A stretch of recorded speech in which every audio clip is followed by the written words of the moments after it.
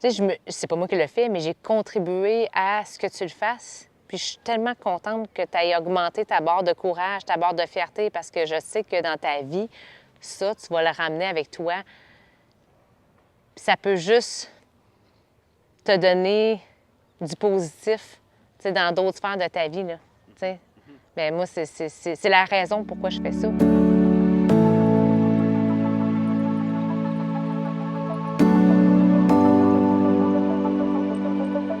Tu sais, c'est eux autres qui font le chemin. Tu contribues à qu'ils le fassent, tu sais. Sinon, il l'aurait peut-être pas fait. C'est cool. À chaque fois qu'on parlait d'Italie, on remettait en question souvent parce que mon conjoint était déjà venu en Italie.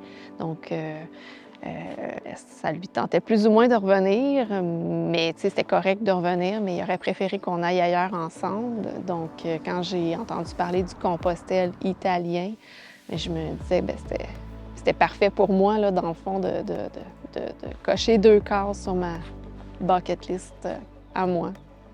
En fait, c'est tout le volet introspection, d'essayer de me reconnecter à moi-même parce que, comme je disais tantôt, beaucoup, les enfants, comme tout le monde, on vit des épreuves dans la vie, puis on avance, on prend soin des enfants, prend soin d'un peu tout le monde. Je suis infirmière en plus de profession, donc prendre soin, c'est un peu... ça coule dans mes veines. Donc, avec le temps, on vient qu'on réalise qu'on se déconnecte de nous-mêmes. Fait que c'était un peu pour ça que, pour moi, le fait de faire un compostel, c'était d'aller reconnecter avec moi-même puis de voir que j'étais capable de dépasser justement mes peurs puis tout ça, de pouvoir dire, bien, je pars tout seul sans nécessairement connaître personne. Donc, c'était vraiment un défi personnel là, de le faire. Ça va notre bus aujourd'hui. OK. On la met dans le bus. Oui, je prends le bas. Le bas, le bus? Une qui a mal à un genou, c'est Carole. Ah! Ça allait mieux là, quand je marchais. Mais je pense que si j'arrête tout, ça va. C'est en dessous de l'os. Prends la main. Quoi? Oui. Tu veux que j'apprenne? Oui. On va commencer ensemble. Là. On a peut-être un petit kilomètre à faire ensemble. Puis après ça, on va se splitter, comme je disais. Est-ce qu'il y a. Ça fait que vous allez aller avec Sabrina, ceux qui les intrépides. Puis les autres intrépides, vous allez venir avec moi. OK. Ready? Bye, Sylvie! Bye, Sylvie!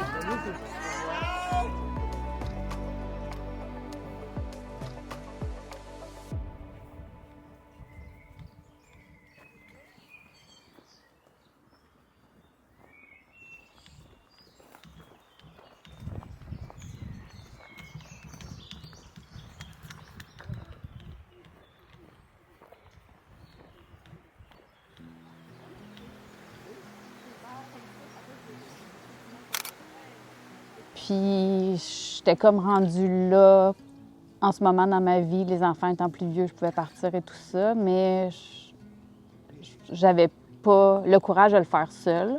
Fait que quand j'ai entendu parler du groupe de Geneviève, je me suis renseignée, puis je trouvais que c'était une belle opportunité de relever un défi spirituel. Finalement, c'est juste un défi sportif. Ouais. Tu avais envie de faire un défi spirituel? Oui, je pensais que ça allait être un défi spirituel. Puis je pense que mon évolution spirituelle est déjà bien développée, bien entamée. Puis là, ça a été vraiment un défi sportif, finalement. Mais à la maison, mon puits est complètement vide. C'est un peu là où j'essaie de voir... je pense que ma batterie mentale, elle est épuisée, alors qu'ici, je ne j'utilise pas mon cerveau. Donc, physiquement, je suis encore capable de suivre, mais à la maison, faire ça, je serais plus capable de suivre avec toutes les responsabilités que j'ai. Ouais. Fait que non, c'est pas...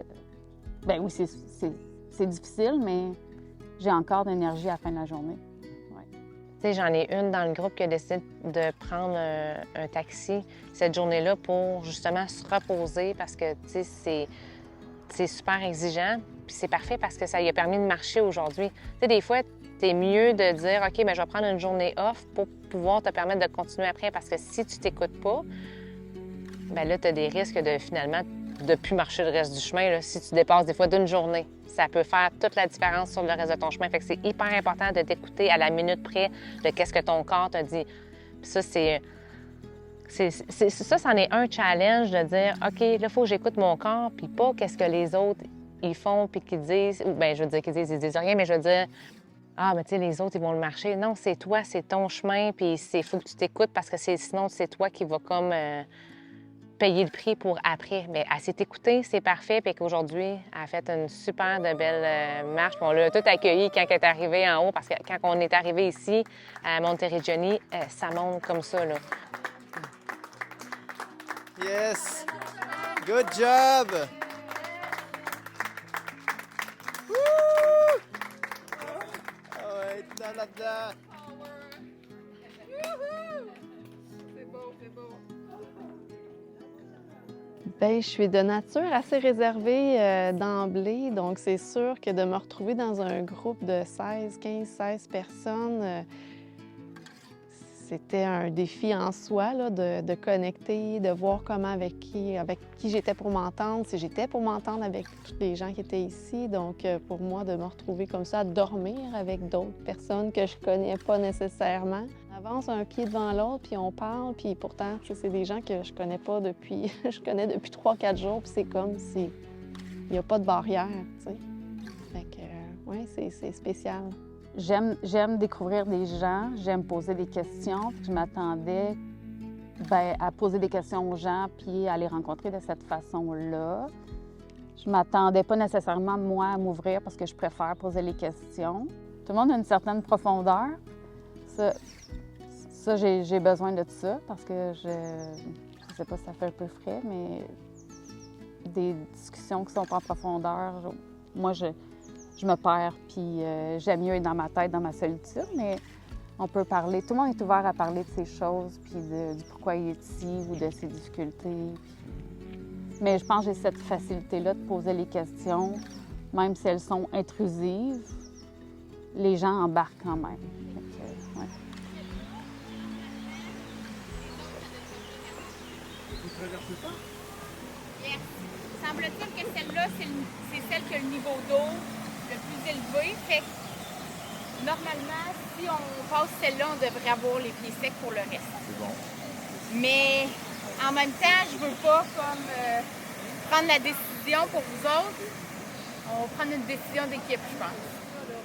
T'sais, dans le fond, les 2 cordes, ils servent que si tu tombes, il faut t'accrocher à la corde. Ouais. C'est la seule chose à quoi ça sert. Ouais. Aujourd'hui, c'était une journée spéciale parce qu'il y avait 2 possibilités de chemin. Il y avait une traversée de rivière, mais tu sais, c'était des grosses roches qu'il fallait que tu aies de l'équilibre. Il fallait que tu sois un peu plus intrépide. Il y avait des cordes, puis tu sais, tu tiens ces cordes, mais tu sais, je veux dire, c'est pas nécessairement stable. Fait qu'on a comme séparé le groupe en 2, ceux qui se sentaient à l'aise d'aller faire le chemin avec les grosses pierres de la traversée de rivière, puis ceux qui se sentaient moins à l'aise, bien, on a pris un autre chemin plus plat, mais on s'est rejoints, dans le fond, au bout de ce bout de chemin-là, si on veut, puis après ça, on a continué ensemble. Là. Mais ça a permis aux gens ceux qui voulaient faire le bout intrépide, ils l'ont fait, puis ceux qui ne voulaient pas le faire, bien, ils ont fait leur chemin à eux autres. Fait que, c'était parfait. Puis le chemin que les intrépides ils ont fait, c'est de toute beauté. C'est comme on dirait qu'on se sent au Costa Rica, l'eau est bleue, il y avait des petites chutes, c'était vraiment magnifique. Ouais, le parcours d'aujourd'hui, il était un mix de tout. Fait qu'on on était dans la nature, on était dans la forêt, on était dans les vignobles, on était dans les oliviers, on était au Costa Rica. Je veux dire, on était en ville, fait qu'il y en avait vraiment pour tous les goûts. Aujourd'hui, là, c'était... Puis à la fin,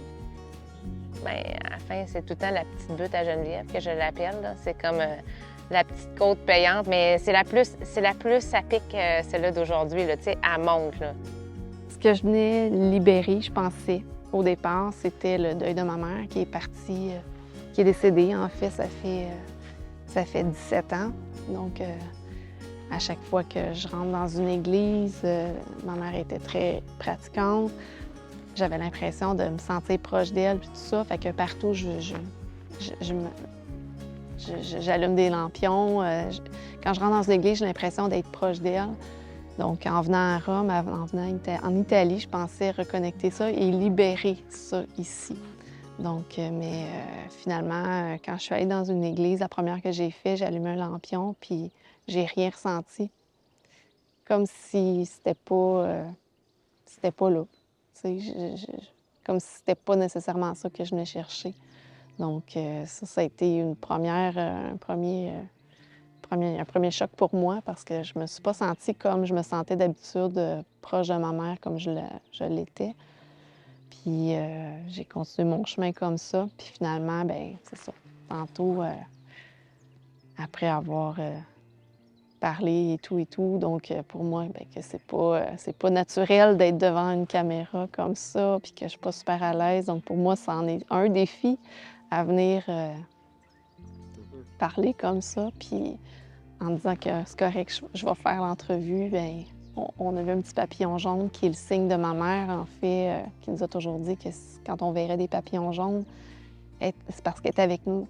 Donc, j'ai comme vu ce beau papillon-là qui a passé en avant de nous là, tantôt. Donc, on dirait que ça a fait comme, je pense que ma mère, finalement, est avec moi. Et peut-être, j'ai pas à libérer ça, mais elle vit à l'intérieur de moi. Puis j'ai à passer par-dessus cette crainte-là là, de qu'est-ce qu'on pourrait penser de moi à la caméra ou d'essayer de ne pas m'effacer, en fait, pour les autres.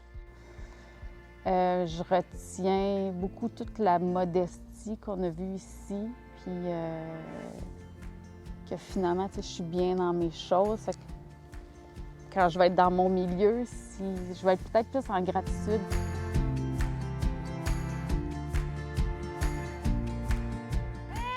Welcome back, Hey, welcome back. thank you. Nice to see you again. Yeah.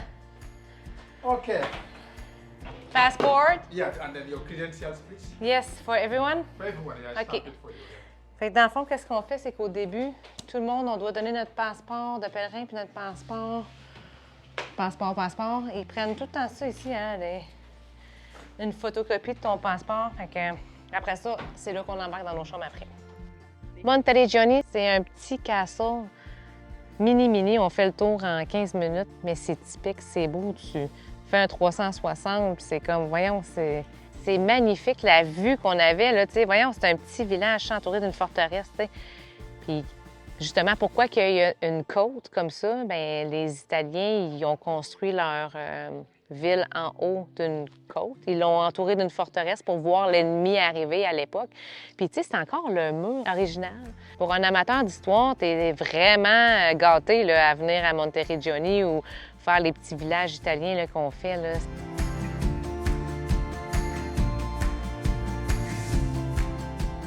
Ce soir, on boit un vin qui est spécial. Ce soir, on fait un souper de pèlerin, puis c'est Isabella qui nous prépare le souper.